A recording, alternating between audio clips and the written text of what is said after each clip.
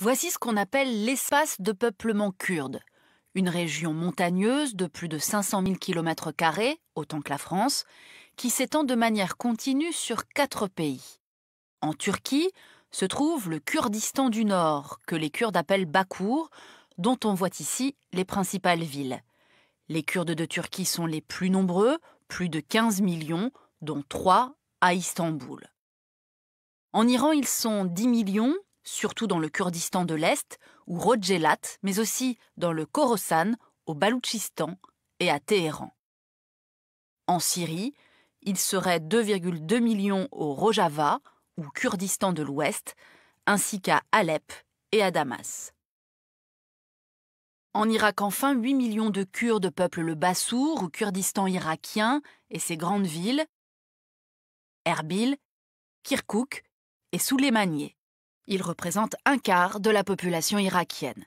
Plus éloignés, on trouve également des zones kurdes en Géorgie, Arménie, Azerbaïdjan et Turkménistan, et 650 000 Kurdes immigrés en Allemagne.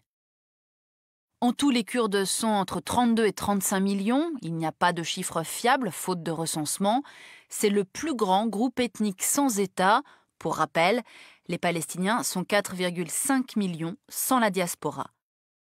Ni arabes, ni turcs, ni perses, les Kurdes seraient les descendants mythiques des Mèdes au 7e siècle avant Jésus-Christ. Le grand Saladin, qui unifia l'islam contre les croisés, était kurde.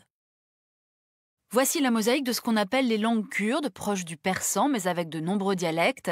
Ces langues restent un élément d'identification important avec 2 alphabets, latin et arabe.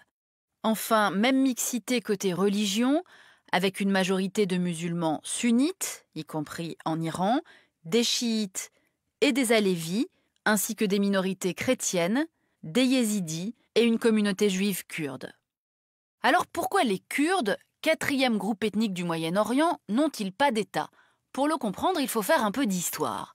Au XVIe siècle, le territoire kurde sert de zone tampon entre les empires perses et ottomans. Ils y sont progressivement intégrés, tout en gardant leur autonomie.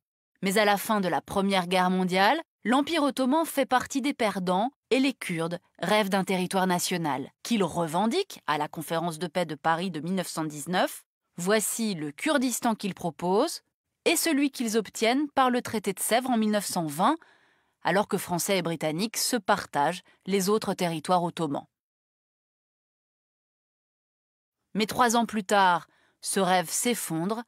Mustafa Kemal, le dirigeant nationaliste turc, impose aux Alliés un nouveau traité qui nie les droits kurdes.